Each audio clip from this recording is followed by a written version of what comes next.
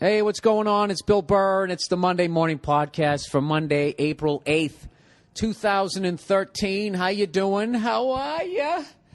Today's podcast episode is brought to you by Ting. Please visit bill.ting.com for a $25 service credit or device discount. That's bill.ting.com. And I know what you're thinking. Bill, what the hell is Ting? What is it? You can't just bring up a product and I don't even know what it is. You know, it's got that ambiguous name. What's going on with it? Well, Ting is a new mobile service that brings clarity, usability, and significant monthly savings to U.S. small businesses and families. So basically, if you're tired of paying an arm and a leg for your cell phone bill every month, you should check out Ting. They just added a new 3G/4G WiMAX hotspot to the Ting lineup. The Sierra Wireless Overdrive Pro can be had and refurbished for only $30 in February. They added the option to purchase used devices via their partnership with Glide. The option to bring a Sprint device has been around for a while, but there was a limitation. No LTE devices could make the move. Well, they've been working to have this limitation removed, and now many LTE Sprint devices are able to make the move to Ting. Port your home phone number to Ting and save a mint. If you, like us, barely use the home phone but aren't quite ready to let it go, this $100 device can bridge the gap and save you a ton versus traditional wired home phone services. You know what? I actually might check that out because I barely use my home phone, but I refuse to give it up. You know why? Because I'm part of the old school. I am. When I'm on the phone, I wear a headband. You get it? Fucking old school. Sorry.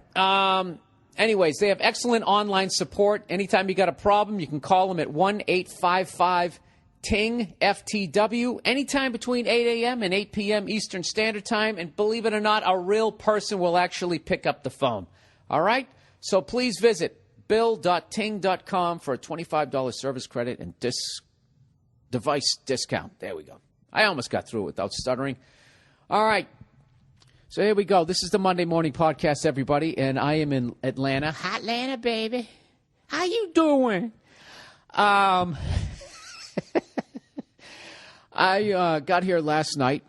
I'm a day early before my big show down in Athens, Georgia. And you're probably wondering, Bill, why did you come in a day and a half early? Well, I'll tell you why, because tonight I'm going to the basketball game, Michigan versus Louisville. All right, the NCAA championship game. Why wouldn't you? You're in town. There's still tickets to be had. Can you believe it? There's still tickets to be had.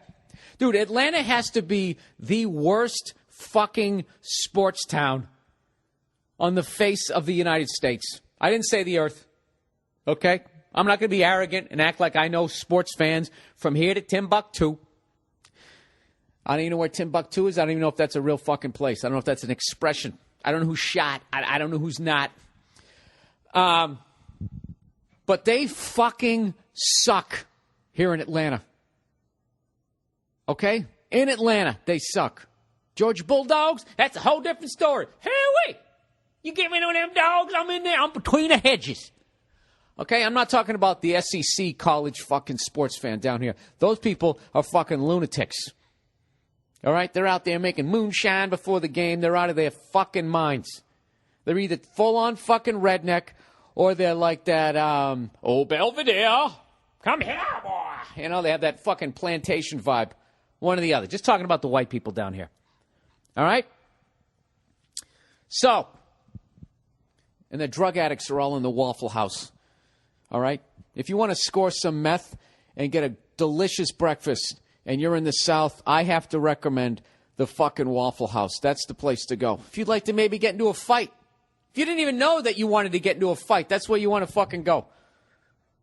The Waffle House is basically, that would be the South's, that's kind of their, what the fuck is the equivalent to that up in the North? Just some place we could go out and get some food and maybe get the shit kicked out of you. Maybe get a prostitute. Maybe have a heart attack. What is that, the Cheesecake Factory? You know what? I'll have to get back to you on that one. Anyway, so I'm here, and I'm going to be going to the basketball game tonight. What the fuck is with this chair? It's one of these fucking chairs. Oh, I keep hitting the adjuster thing with my calf. Sorry. It's not the chair's fault. It's my fault. All right? You know what's great about this chair is it's not a live person, so I don't really have to apologize to it, even though I just did. If this was a woman, I have to be like, you know, right now she would have her arms crossed looking out the window. You know, I understand that, you know, you have a lot of pressure because you've been traveling a lot lately, okay? But this snapping and just immediately going to the anger. No, let me finish, okay? I think you've said enough for the morning. You know, they just say that shit just gets you fucking going. I'd have to apologize to it, you know, and buy it some flowers, buy it some stuff. You know? Sorry, chair. My meaty calf actually was hitting the adjustment thing, so it wasn't your fault. It wasn't a design flaw, whatever the fuck I'm trying to say. What am I trying to say? I'm trying to say that I'm going to the NCAA championship game tonight here in Atlanta, and it's not even fucking sold out. How fucking hilarious is that? What is wrong with the city of Atlanta? You know what it is? There's too much pussy in the city that people, they just don't go to the fucking... Too much pussy and too much Jesus. Both sides of the fucking rainbow. You know? And they just don't go to the goddamn games. When was the last time a Braves game sold out? You know? If I ran the Braves, you know what I would do? I'd put a fucking stripper pole out there in the goddamn bullpen. You know? So the people out here could make it rain in between innings. And then I think maybe I could get the stadium half fucking full. Oh, fuck you. What the fuck is this? South Carolina. Is this like a fucking phoner I got to do? Well, I ain't doing that. The hell was I talking? Oh, the stripper pole. Yeah, dude. You know what kills me about the fucking Atlanta Braves is they still do that tomahawk chop that shit. And there's no passion behind it. Just...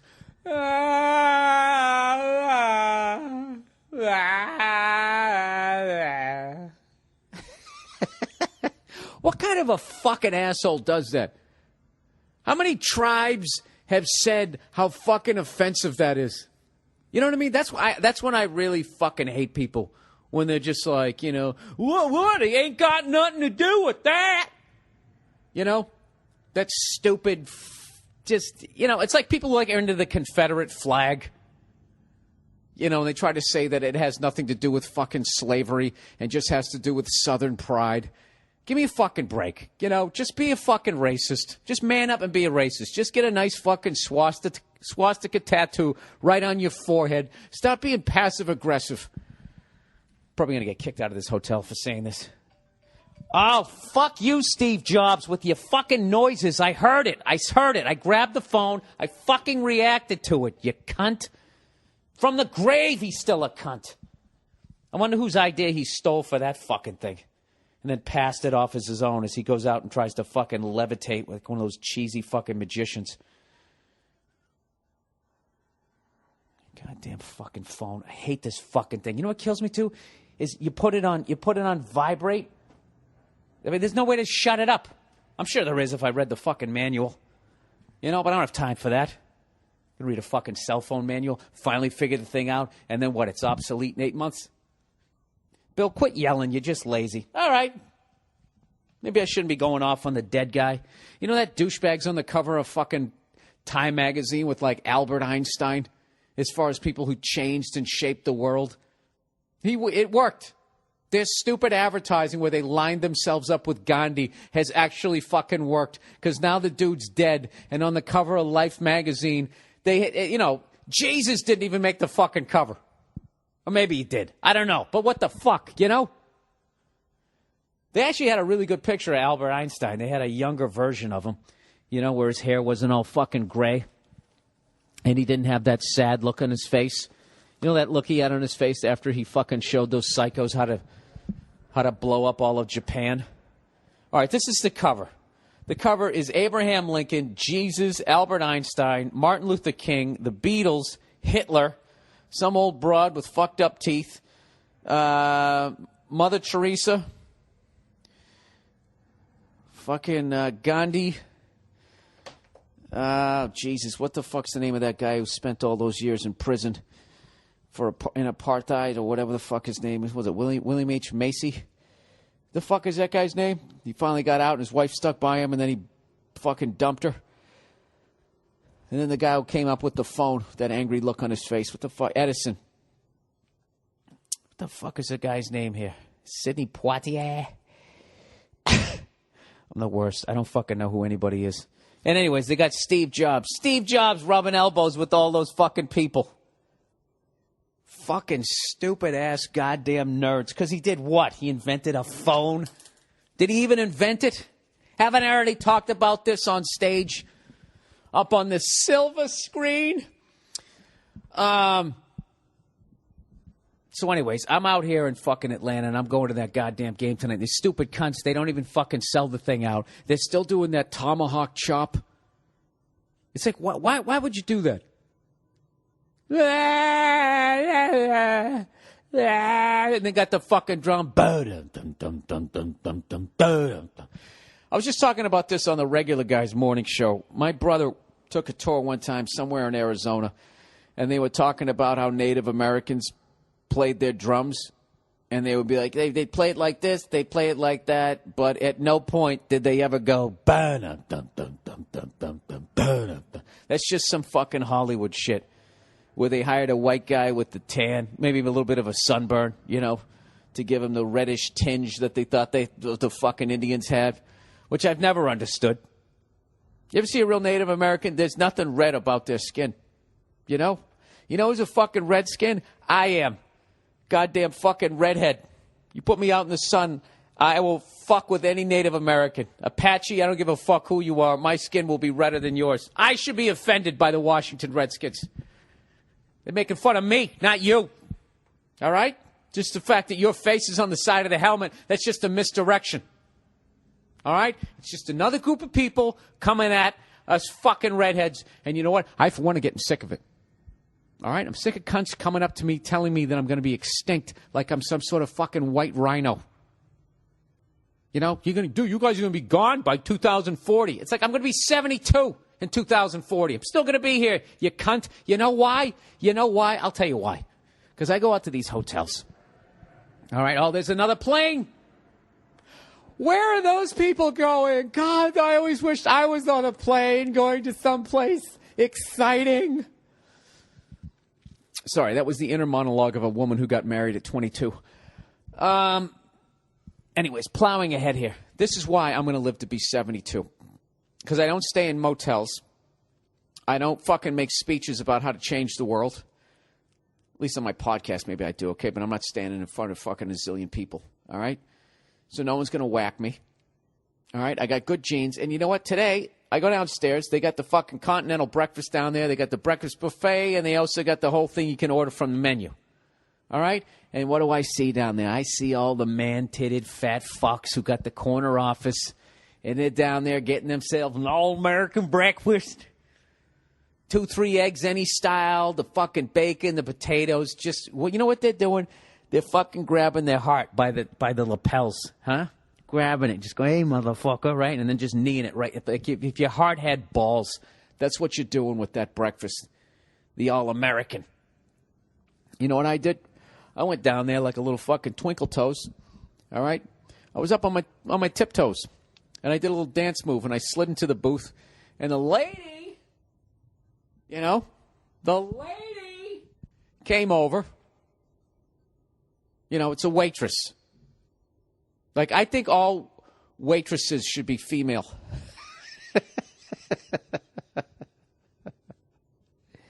Even the waiters. That's just a broad job. I'm a hungry man. I want food to be brought to me. There should be a woman involved in that. Okay? I'm traditional. I'm old school. I pay for the movie. I want my sandwich made by a woman. Not some man in a fancy hat. Some poor excuse for a fucking Pope hat. Dude, how far down is the fucking Catholic religion fallen now that they're all the way down? They're in like South. They had to leave this country. They're gradually moving to the third world just because that's the last place that people still believe that some bearded dude walked on water, talked to a fucking bush, and then died and then came back 3 days later. You know? Oh, shit, the fire engines are coming out. I think there's a plane on fire. That is my big fear.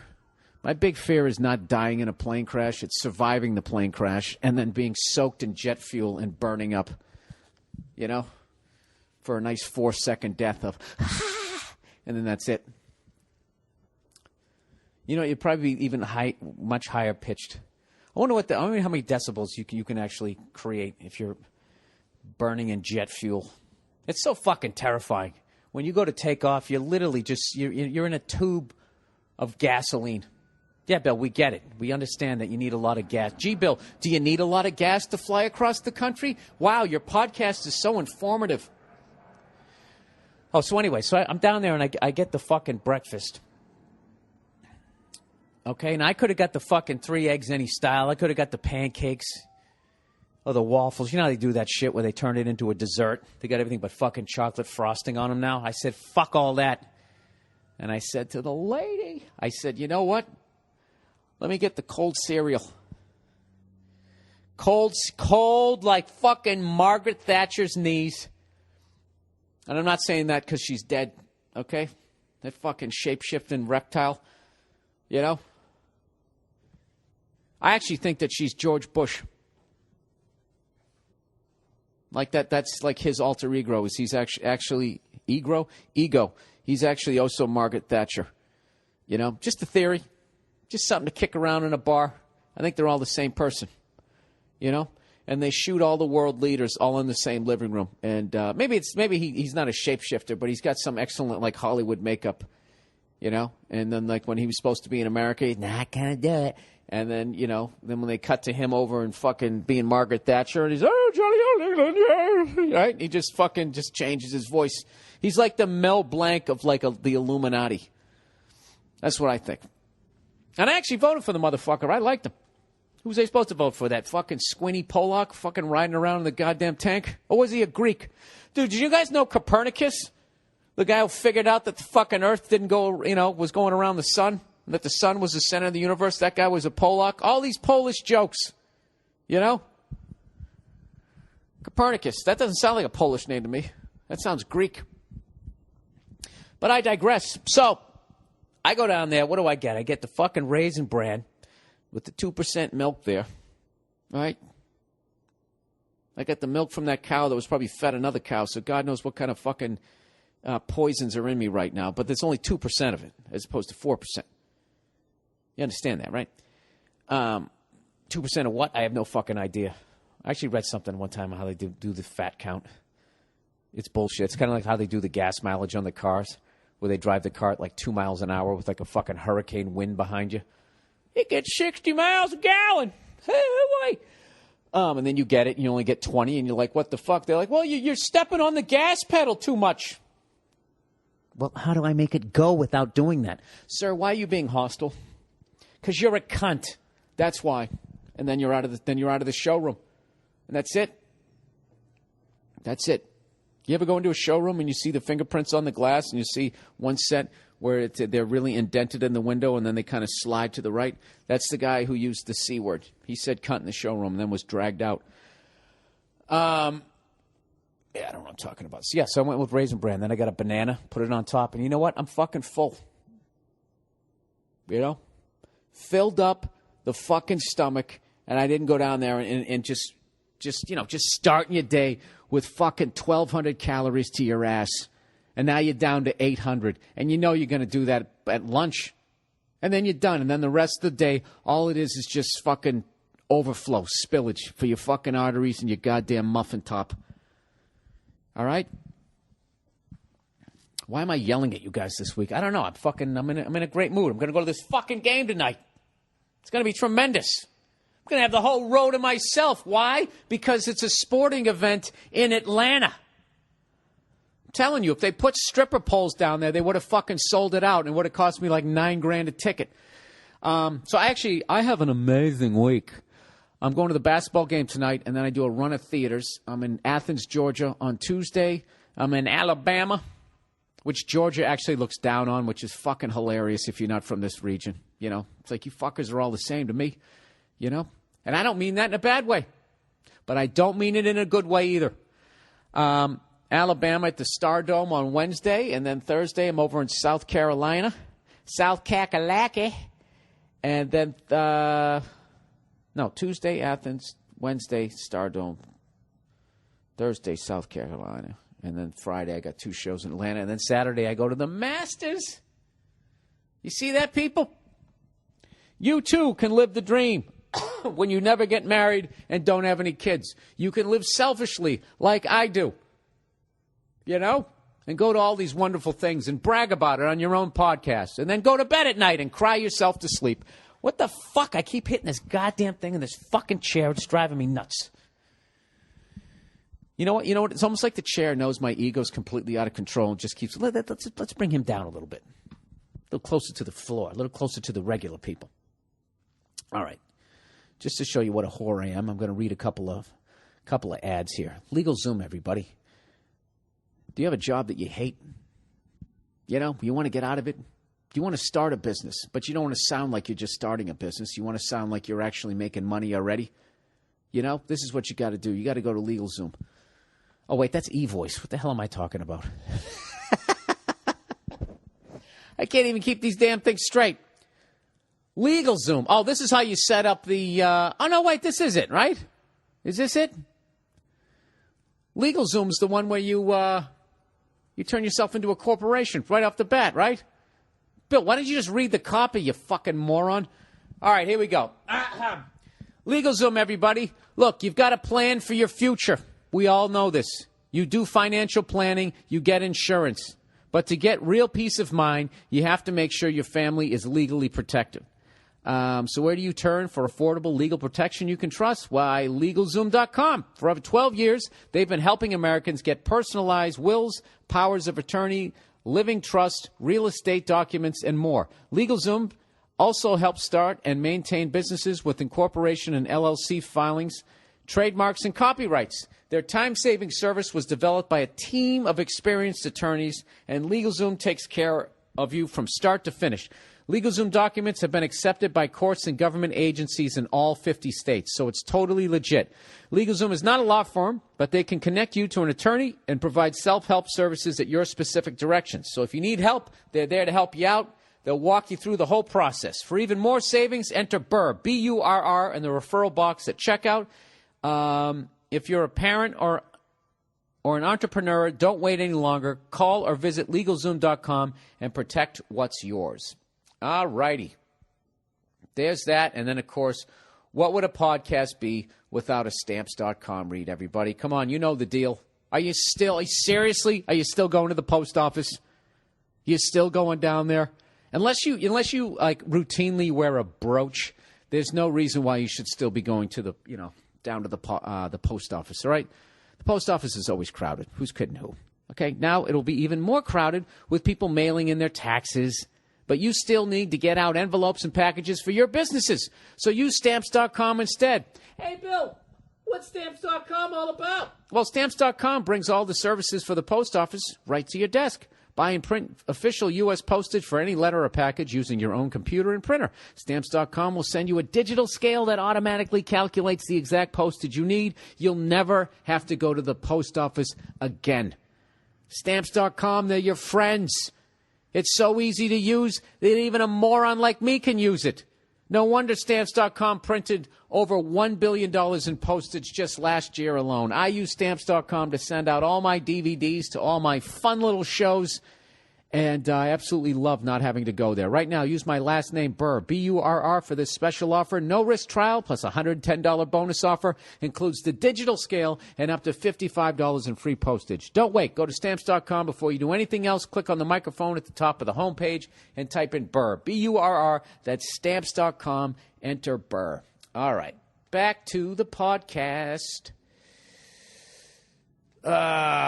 Dumb ways to die. So many dumb ways to die. The fucking song's in my head. I'm going to hook you guys up with a YouTube video. And I know it already has 40-something million hits. And people will be like, way to be on the cutting edge of YouTube. All right. For all you dumb fucks out there, 40 million hits, 40 million people is not even 1% of the world population. Okay?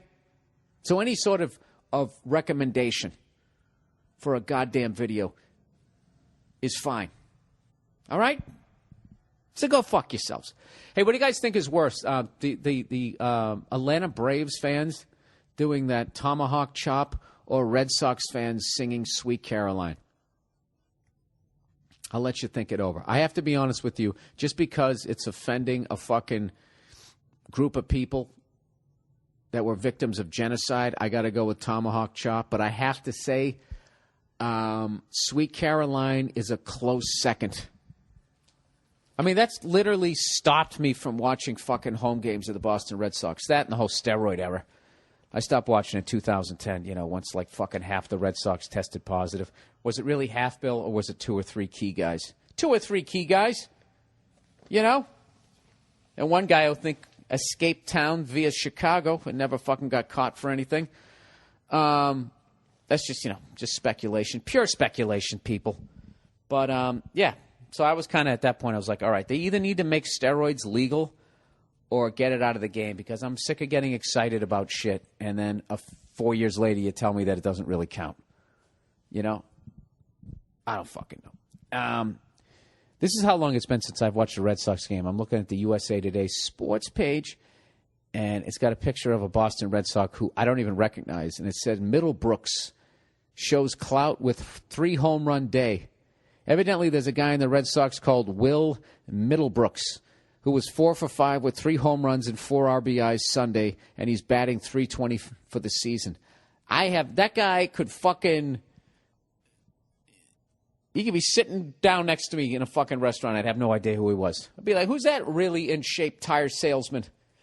He's not a tire salesman. Why, that's fucking Will Middlebrooks. Middlebrooks. It's not Middlebrook. Middlebrooks. The Middlebrooks family, everybody. So evidently we got a guy named Will Middlebrooks. I'll tell you right now, if I got to tell you, if I'm the Yankees right now, I got to be worried about that Will Middlebrooks. I don't even know I have no idea what's going on. What is going on in baseball right now? Are they finally done building all new stadiums and singing dumbass fucking songs? Just make the roids legal. Okay? Just let everybody take them, and then it'll be all right. And then we'll all take them. Everybody takes them. Everybody's jacked. Everybody's got a short fucking temper. I guess that would suck, but no, do you really get that anymore? Well, Bill, who knows? It's not like you fucking read about it. Let's talk about a sport that maybe I know a little bit about. Let's talk about hockey. I'm telling you fucking cunts right now who roll your eyes at hockey. First of all, if you don't want to be a fat fuck, take up the game of hockey. I'm telling you, I say this week in and week out, it is the greatest old man sport there is. All these fucking old white dudes go out there and they're still playing fucking hoop. What happens? They come in Monday, they blew out their fucking Achilles, constantly fucking up your knees, your hips, your feet, because you're running up the court, right? And you got on your fucking Steve Jobs New Balance, that the official old white guy sneakers, which I just bought a new pair of them, with the inserts. That's when you know you're old. Constantly getting fucking hurt, right? Baseball, nobody plays baseball. You play softball, and that's just really an excuse to get absolutely fucking hammered and eat hot dogs. Softball leagues, you actually fucking gain weight playing the fucking game. So that's no good. Now you're walking around with this big fucking gut, with your coaching shorts, one size fits all. You look like you're in your 3rd trimester. That's fucking out. You sure as hell not going to play football in any sort of capacity. And that leaves hockey. Hockey's great because you're running around, but you're gliding, I'm telling you. You fucking work up an unbelievable sweat. It's great hand-eye coordination. And I'm completely 100% sold. I don't even go to the fucking gym anymore.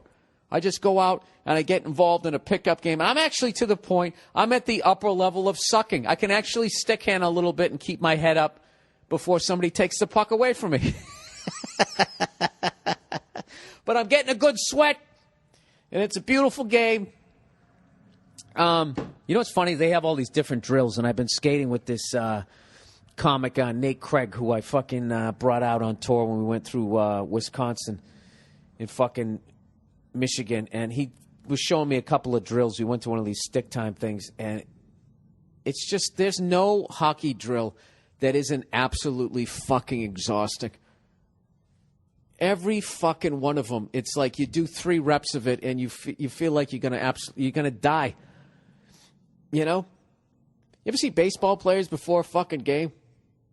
Just sort of limbering up, just tossing the ball, flicking the wrist. That's the fucking sport you want to play, I think. But then you got to do it 162 fucking times. I would love to get a professional baseball player on this podcast and just talk to him about July and August. And, like, how much, even though you're making millions of dollars, how much you want to kill yourself. How many fucking times? At that point, you've heard the song Take Me Out to the Ball Game 125 fucking times.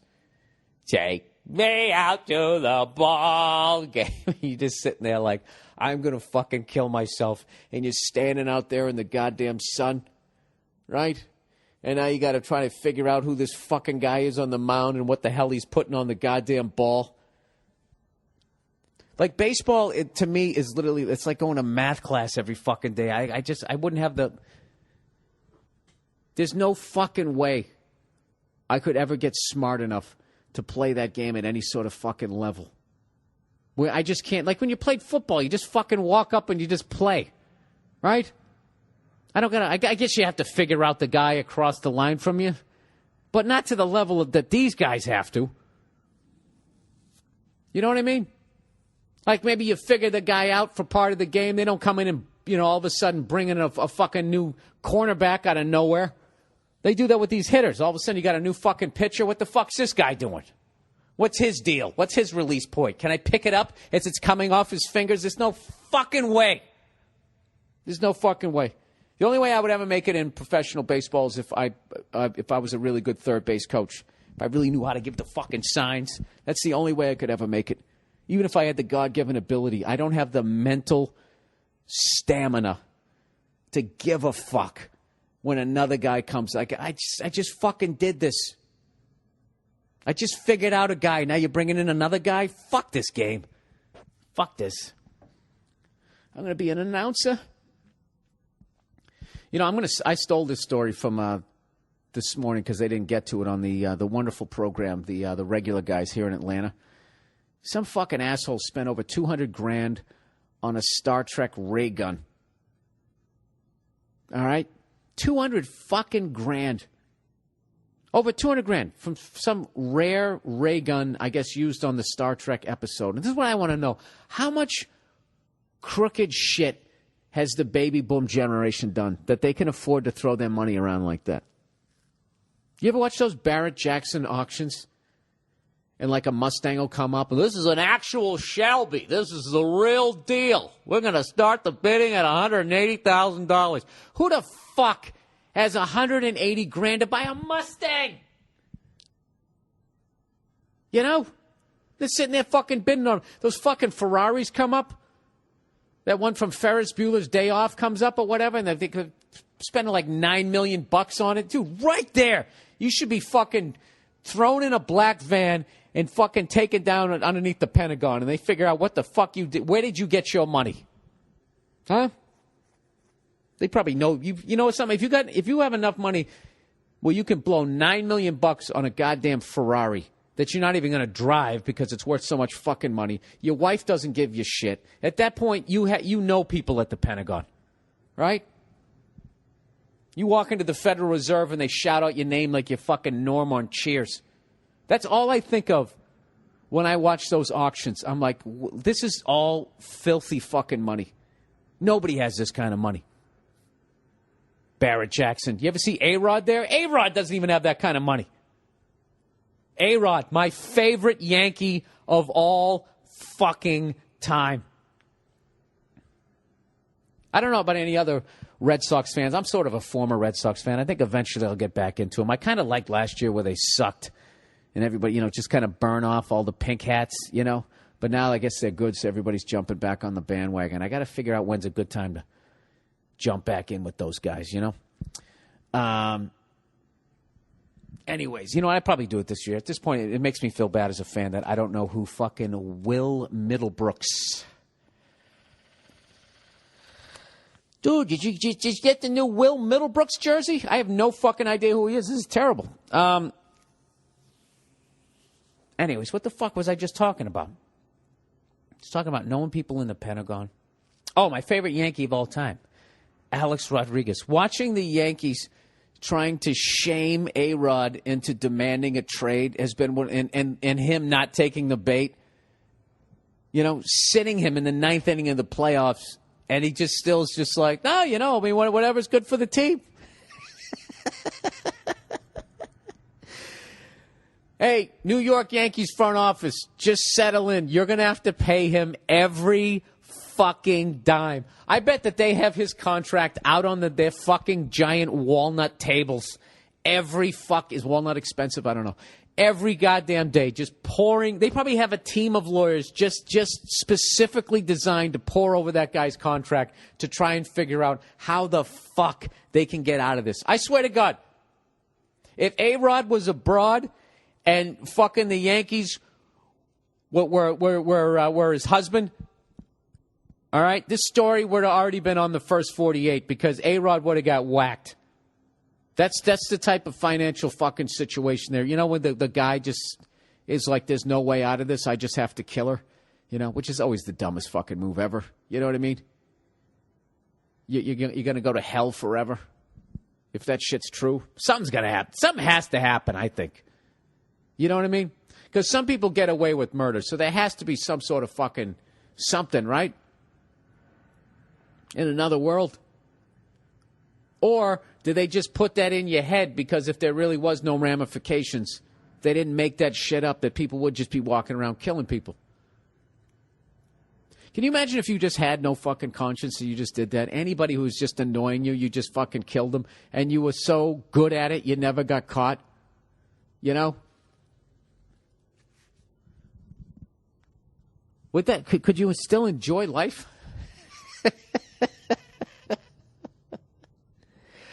I guess if you don't have a conscience. I'm trying to think how many people I would have actually, like, seriously would have killed. I don't think I ever would have killed anybody. That's an interesting question. No, I don't think I could. Oh, but there's been a few I'd wanted to. All right, let's get to the questions this week before I fucking start incriminating myself. When it rains, it pours. Hey, you redheaded bastard. So, I know this is going to be a horrible email, but I listen to your podcast every fucking Monday, Tuesday, Wednesday, or whenever you get it up here. Will you guys stop saying fucking Wednesday? It's not even Tuesday. It's late Monday, you fucking whining cunts. For the last fucking time, I tape it Monday morning my time. It's not about you. It's about me. So go fuck yourselves. Fucking bitching about a free goddamn podcast. You guys, the internet is a bunch of whiny cunts. Whiny, unoriginal cunts, by the way. All right? You people out there, you got to fucking step up your Twitter game. Stop using stock fucking lines. I want the last 3 minutes and 28 seconds of my life back. It's just like, isn't that the most unoriginal fucking thing ever? I just threw up in my mouth a little bit. Like, you've read that a million fucking times on fucking Twitter, and you're going to write it again like you're going to get a laugh. You know? Has anybody ever come up to you, told you a fucking street joke, and then right after that told it to you again? No, because it's only funny once. But you fucking Twitter hacks, the same that feeling when, wait, what? That's like the fucking hacky tag. Same fucking people will then bitch that there's no fucking original TV shit out there, and then they're just these unoriginal cunts. And you know what's funny? They're just repeating shit that they've heard, and then they're all laughing their fucking asses off at their own shit. It's fucking annoying. Oh, I forgot to bring up the hockey thing. What I was going to say, you know what's killing me right now is I think because of the injuries that the Penguins have, and the fact that the fucking Bruins can't score more than 2 goals a fucking game, I actually think that the Canadiens are the team to beat right now in the East, and it fucking kills me that those cunts are looking like they actually have a shot at winning a cup this year. Because there's nothing I enjoy more than the fact that the Montreal Canadiens are just not a factor anymore. But they're never going to be a factor ever again. You know, the way that they were. I mean, it's a fucking 30-team league now. You know? I mean, dominating a fucking 6-team league it's really of all, like, you know, they look back at the Yankee dynasty, the Celtics, the fucking Packers and Steelers, and then the Canadiens. The Canadiens is the most, that one has the most fucking holes in it. You know what I mean? You dominated a 6-team fucking league. You had to beat 5 other fucking teams. Okay, 4 of which were in the United States of America. A country that could give a flying fuck about hockey. Nobody wanted to be the next Rocket Richard down here. They wanted to be the next Mickey Mantle. Nobody gave a fuck. So 4 out of the 5 teams, all you had to beat was the Maple Leafs. And in fact, up until 1967, as far as Stanley Cups went, the Canadiens and the Maple Leafs were going blow for blow. They didn't win. This is how much hockey didn't mean shit in this country. I saw a story one time on the NHL channel, the morning radio program, where they were talking about how the Rangers finally made it to the Stanley Cup Finals. And Madison Square Garden so didn't give a fuck about hockey. Every year they booked the circus in Madison Square Garden during the time when the Stanley Cup Finals was. So the fucking Rangers make it, and they're like, fuck you, we already have the circus. And they're like, but wait a minute, we're in the Stanley Cup Finals. And they go, yeah, but we got elephants. Go fuck yourself. So the Rangers had to play their home games. They put them in Toronto because they were playing Detroit, and they figured Toronto was the closest, you know, I guess, I don't know, to fucking Detroit. So maybe you'd get some Toronto fans that hated Detroit. I don't know why they just didn't send them to Chicago. Who the fuck knows? But that's how much hockey meant, you know. So that's what I'm saying. I look at that dynasty like it's fucking bullshit. Not bullshit. I respect it, but it's kind of like, eesh, you know. Okay. 5 other fucking teams. Wow, did you go on a run? That's amazing. You had a 1 in 5 fucking chance of winning it. How did you do it? So anyways, Bill, hey, you redheaded bastard. So I know, anyways, I've been riding on a high point for the first time this month, and I wanted to get your opinion on this matter. I was on a low point when it came to the ladies, and I couldn't bag a 300-pound baldy for the life of me. Baldy? You're talking about a woman here. You're saying with a fatty with a shaved pussy? What are you talking about? All of a sudden, I've been landing every hot broad I've been interested in for the past 6 months, and I just don't fucking get it. Well, dude, don't overthink it. It's like golf. Don't get in your head. Just fucking swing away. How does it work that nothing about me has really changed besides I bought a new shirt and maybe did a few more pull-ups than normal, but it just seems like when it's raining, it's pouring pussy. Do women smell it on you or what? I'm not exaggerating this, man. I've landed 2 of the hottest girls I've ever met in my entire life this past 2 weeks. I just wanted to ask the age-old question, why in the fuck does this all happen at once? Why can't life space this out so I can ride the wave for a year or 2 and be happy instead of having it all happen at once and life sucks 8 out of 12 months of the year? Because getting pussies, it's like playing golf. It's a fucking mental game, all right? And if you have a bad shot, you got to block the last one out. It's like a relief pitcher. You let up a home run, fuck it, give me another ball. And you just block, you got to block it out. But what happens is, you know, you start to feel like you're in a slump, and then you get desperate, and fucking women just, they smell it on you. You're coming in there, you know, you're trying too hard, extra splash of cologne, you're right in their grill. Like Louisville, full court fucking press, you're right up on that fucking pussy, and then that's it, it's over. They get all nervous, and they pick up their ball, and they go home. You know? You can't give a fuck. I've only golfed a few times, but, like, I don't keep score. I refuse to give a shit about that sport, and I have a great time. And everybody else is fucking throwing their clubs and getting all pissed off. I don't give a fuck. I'm having a great time. You know what? I'm going for the hole. I'm going for the pin. You know? I fucking miss and I suck, but I'm having a good time. That's all you got to do. You got to go Phil Mickelson on these bitches, all right? Don't fucking try and 2-putt and get par. Go for the birdie. You know, and if you miss it, who gives a fuck? You got to stay in that zone and not giving a shit, sir. And even then, there's gonna be feast or famine. It's just how it is. If I knew the answer to that, I would have done much better in my pathetic trying to get some career. All right, Book of Job. God is the glory of Vegas. Okay, hey, Bill, listening to the podcast and the religious douche giving his douchey impression of the story of Job pissed me off. First of all, the phrase "he got jobbed" is actually derived from the story of Job. Oh, we just pronounce it right. Is it Jobbed or jobbed?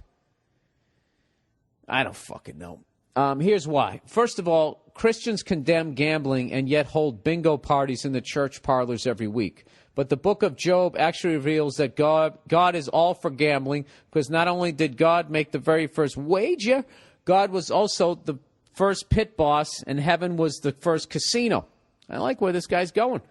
The Bible story is that Job was so devoted to God, that there was no way he would ever curse God's name. The devil went to heaven and said to God, no shit, he won't curse you? He's rich as fuck. He's got a hot wife, 7 non-gay sons, and 3 great-looking daughters who don't date. Give me 5 minutes with that piece of shit, and I'll get him to curse you upside down till next Tuesday. And God said, yeah, you want to make a fucking wager? See, God knew Job. God made Job. God knew 100% for certain that he would win this bet. Bingo. God is now the first casino boss because God has an inside knowledge of the game. God even gave the devil the odds. So they shook on it, and the devil goes out fucking over Job something fierce. Raped and killed his kids. Holy kids. Raped and killed his kids? Really? Burned all his house and crops. Killed all his livestock, but the worst, the devil essentially gave Job herpes, but not just to Job's wife.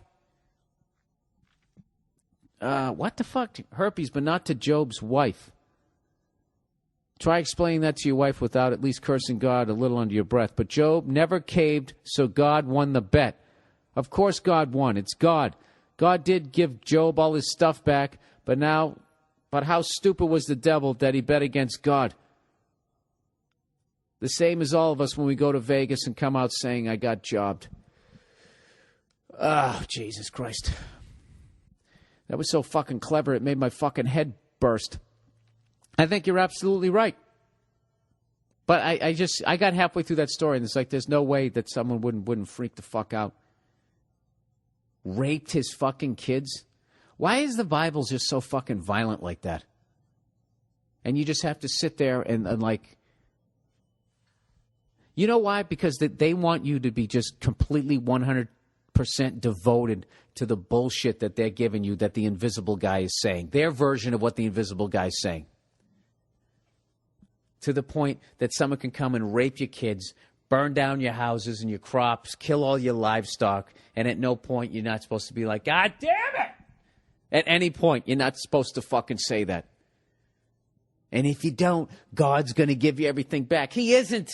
Horrible shit happened to people's families like that, and God doesn't come back and make it fucking better. But fucking idiots will go to church and they'll hear that fucking story and they will believe it.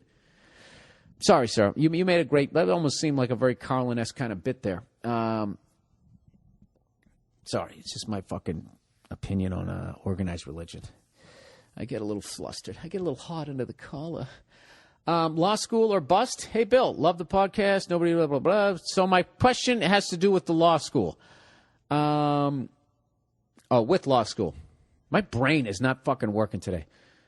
I'm going to be done my first year of law school in 3 weeks, and I hated it. I have never found anything I like to do in my life other than the usual underachievable things like my love for hockey and football. I hate every job I have ever had, and I thought law school might be the answer, but it's not. Well, but it has not been.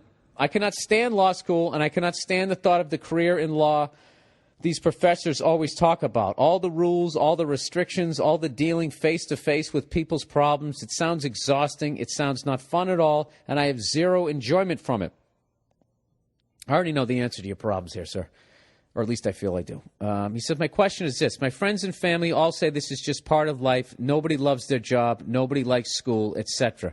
But I see these people who love their jobs. I see people in my class that love their law school stuff. I don't know whether I should stick it out in school and just pray it grows on me. The debts from law school are insane. Hope it grows on me like everyone says it might. Or should I take the plunge and change direction completely, look for something else that pulls my excitement? I do not know what to do, and it weighs on me daily. Thanks, and go fuck yourself. Dude, you're ignoring your inner voice, which is saying, I don't like this shit. Okay? And what you're going to, but it's a safe way to go. You get a law degree, you become a partner, right? And all of a sudden you're making money, and you fucking hate your life. And you know what? You're going to bring that home to your wife and your kids, and you're going to be an asshole husband and father, and because you hate your fucking job. All right? Or you could possibly do that. Who knows? You could come home and just fucking leave it at the front door. Look, dude. All right? You said you have a love for hockey and football. Do you know how many fucking jobs there are? Why don't you go into that? You know? If you're going to stick with law school, I'd become a sports agent. So you're at least around it. But if I was into hockey or football, I don't know. I would try to get into broadcasting, get into journalism, maybe become a sports trainer, something. There's all kinds of jobs at the high school, work your way up to college and all that type of shit. You know, I would go that route. If you like sports and you're into that, you know, there's this philosophy by a lot of people who don't go after their fucking dreams that that those aren't real jobs, like getting in any sort of entertainment or having any sort of an exciting fucking job, like it'd be, I don't know, be one of those whitewater rafting guides, those fucking people, you know, who get all kinds of fucking pussy because you got these people who this is their 1 week vacation from the job they hate, and they see this person who's totally free, loving life. You know, women, oh my God, that looks fun. I need it inside me, right? Next thing you know, they're getting banged up against some rock right next to the Coors fucking factory. That's what I would do, sir. You sound absolutely fucking miserable. It seems like you love hockey and football, so I would try and find a job in hockey and football. And I know that sounds fucking insane, but, you know, so's telling jokes for a living. I wasn't the funniest guy in high school. I was funny, but I wasn't the funniest. I just went to a fucking open mic, and I turned everything that I used to get in trouble for into now I make money. And now I'm here in Atlanta, 2 feet from a fucking airport, breathing in jet fuel, going to go to the NCAA championship game because I tell jokes for a fucking living. You too, sir, can live your dream. If a dumb fuck like me could do it, you can do it too. It sounds like you absolutely fucking hate being in law school, all right? It's going to be terrible, dude. Then you can become a lawyer, and then because you hate it, you're going to be looking for a big score, you know, and you're going to do some sort of corruptible fucking thing to get your fucking money so you can parachute your way out of there. You're going to be sitting in your stupid office with your cufflinks and your little tie tack, just counting down the days, you know, to when you fucking have a vacation. Dude, you're going to be a trial lawyer, and somebody's freedom is going to be on the line, and you're not going to have any fucking passion for it. You're going to be sitting across them and going, oh, my God, if I have to listen to one more person tell me that drugs were planted on them. I mean, I'm telling you, don't fucking do it, all right? You can have a fun job and make money. It's one of the biggest fucking lies that's told by the generation. And you know, if your parents are fucking miserable and they hate their job, they don't know. They don't know. So they're telling you what they know, that, you know what, life's tough. And you go and you sit there and you hit the books. You have this fucking miserable fucking existence. You don't have to do it. Look at all these fucking people writing blogs.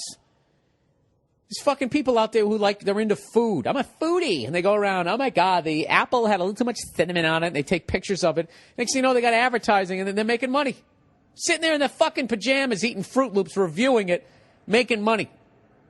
You can't make money in fucking hockey and football? You're out of your fucking mind, sir. I felt the weight of your fucking life reading that thing. All right? So please, for the love of God, for all the innocent men that you're going to defend half-heartedly in the future, please tap out of that fucking industry and go someplace that you give a fuck. All right? And that's it, sir. And you know what? That's one to grow on. Meet and greets. Hey, Bill, I'm curious what you think about the meet and greet, taking pictures, etc., with people who attend your shows. Is it completely awkward? I fucking hate that word. Stop using that word. Such a fucking overly used goddamn word. The whole fucking generation. The sun is shining. Awkward. Laughing my ass off, shaking my head, tweet. Do you enjoy it? Is it nice to hear people tell you how funny you are, or does it just become ridiculous? I see pictures that fans take with artists and always wonder if the artists are thinking, kill me now, or if they appreciate someone wanting to take a picture with them in that setting. Have a great day and go fuck yourself. The meet and greet is like doing a whole other show. If you're tired, it's a fucking pain in the ass. But, you know, if you go out there, you put a fucking smile on your face and you take pictures with people. It's really what it is. What makes it exhausting is 15% of the people. 85% are fucking cool. It's the 15% that are fucking hammered and they're slapping you on the back and they're fucking sweaty.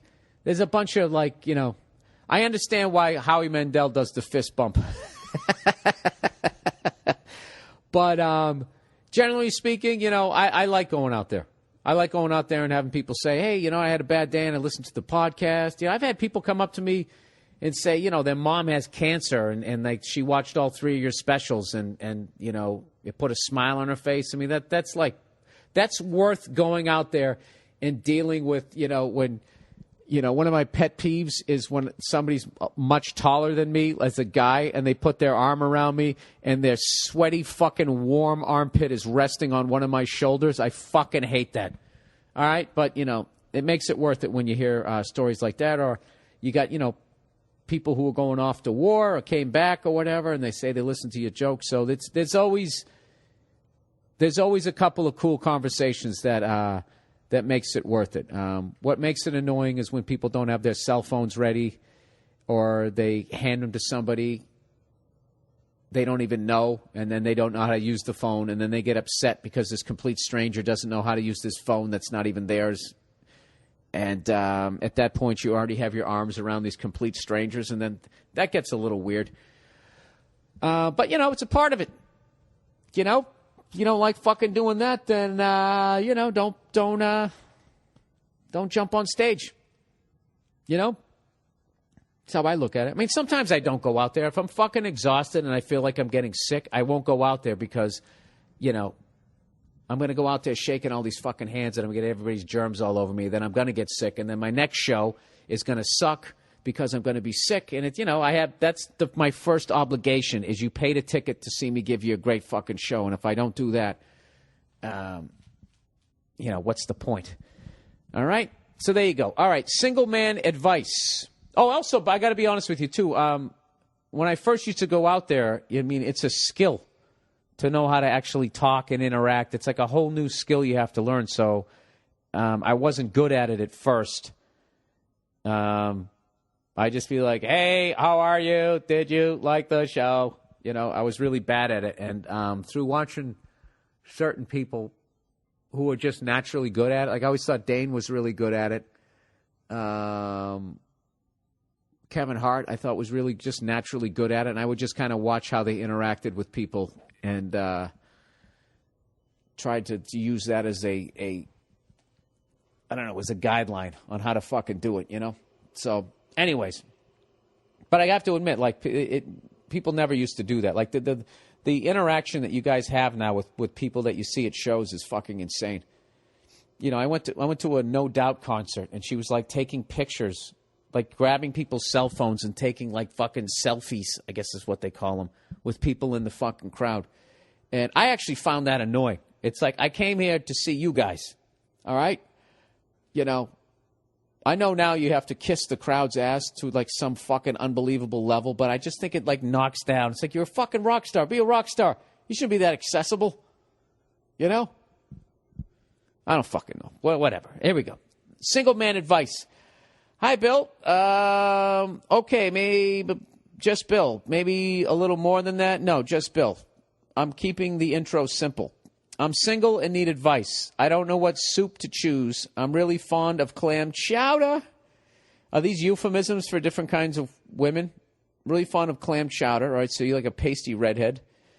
But know that chicken noodle soup would be better. Paint the picture of the classic bachelor roll. What?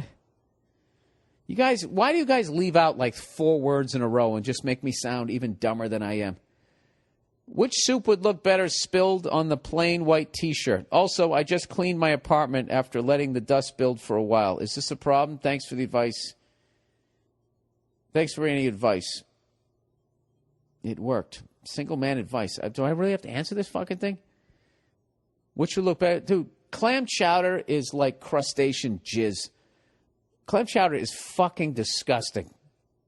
It's fucking gross. It's like lobster puke. It's just warm with that chunks of shit in there. All the women are turning this off, but clam chowder it's octopus jizz. Okay? An octopus that's taking Propecia and is having a reaction to it. And that's what those chunks are. Chicken noodle soup. Come on, man. That's hearty. That's good stuff. That broth is barely going to show up. Dude, if you fucking, you get clam chowder on your T-shirt, people are going to think you took a fucking hot one to the face, dribbled off your goddamn chin. Wow. Disgusting. Lobster puke, octopus jizz, and then a fucking male-on-male facial to end the fucking podcast. How do you like that, huh? Right there. Fucking minus 2 points for the dismount. I think that is are we going to end with that? Let's hype some of my shows here, everybody. By the way, I almost forgot to bring up the hard copy version of You People Are All the Same for all the old school media consumption consumers, whatever the fuck you say out there. If you're old school like me, and if you really like something, you just don't want to download it. I don't like doing that because if I can't fucking hold on to it, it's in the air, man. I don't fucking like that stuff where, it's on my iTunes and it's on my fucking my phone or my iPod or whatever. I don't like that shit because those things all die. And back in the day when your stereo died, you didn't lose your whole record collection too. So I am a big fan. If you like to have, it's like having the gold behind your money. All right? If you'd like a hard copy version, either come out and see me live or buy one off of the website. It's right underneath where you can either download it for $5 for the kids. That's the snowboarders. And if you still ski, if you're old school and you want the hard copy, it's available at BillBurr.com right on the merch page. And slowly but surely, I am working on some podcast T-shirts. And that is it. That's the podcast for this week. Let's quickly go to BillBurr.com here. Who do you guys like in the game tonight? Who do you like? I have family from the Midwest, so I'm kind of pulling from Michigan. But, Louisville has got the whole broken leg story. So I don't know who to vote for here, who to root for. But I have to tell you that Michigan seems to win on talent. Like how the fuck they beat Syracuse was beyond me. Because Syracuse had this insane fucking zone defense, and they were all the way out by the 3-point line. So immediately, I'm thinking, well, just fucking fast break. Don't let them get set up. Don't let the ball touch the fucking court. Do some Magic Johnson Showtime Lakers shit. Get it up there and get some easy fucking layups. And make them adjust to your fucking game. And they didn't. They would just dribble it up the court and let these fucking guys get set up. They couldn't beat the double team. Like, I feel like Michigan is getting, like, because they're so young, they're just kids. I really feel that they're just kind of getting away on raw talent. And now they're going up against Rick Pitino, who's just a monster coach. I think Louisville's going to take it. That's what I think. But my heart, I'll be rooting for Michigan. Hail to the victors, valiant. Hail to the victors. Do you know I also like Ohio State? That's because I come from Massachusetts and we don't really have any pro shit other than Doug Flutie. Fucking stupid chair went down again. Ugh, fucking cunt. All right, so this is the deal. I'm going to be at the Georgia Theater in Athens, Georgia, April 9th. I'll be at the Comedy Club at the Stardome, Hoover, Alabama, April 10th. I'll be in Charleston Music Hall, April 11th. I'll be at the Tabernacle for not one, but 2 shows Friday night in Atlanta, Georgia, April 12th. And then I got 2 shows at the Improv in Tampa on Monday. I think those are already sold out. April 16th, I have 2 shows at Florida State University. And April 17th, I'm at the Jackie Gleason Fillmore Theater in Miami, Florida. Later on this month, I'll be in Dallas, Austin, Texas, Kansas City. I got a gig in Las Vegas. Anybody wants to escape an unhappy marriage and see me at the Mirage, I'll be there on May 17th and 18th. All my dates are up on BillBurr.com. Thank you to everybody who's been listening to the podcast. Our numbers have been growing. Thanks to the Joe Rogan Experience podcast for always giving shout-outs and links to my podcast. And if you listen to the Jay Moore Sports Show, I'm going to be calling that in today at 11:30 a.m. Pacific Standard Time. That is it. That's the podcast for this week. Go fuck yourselves. I'll talk to you next week.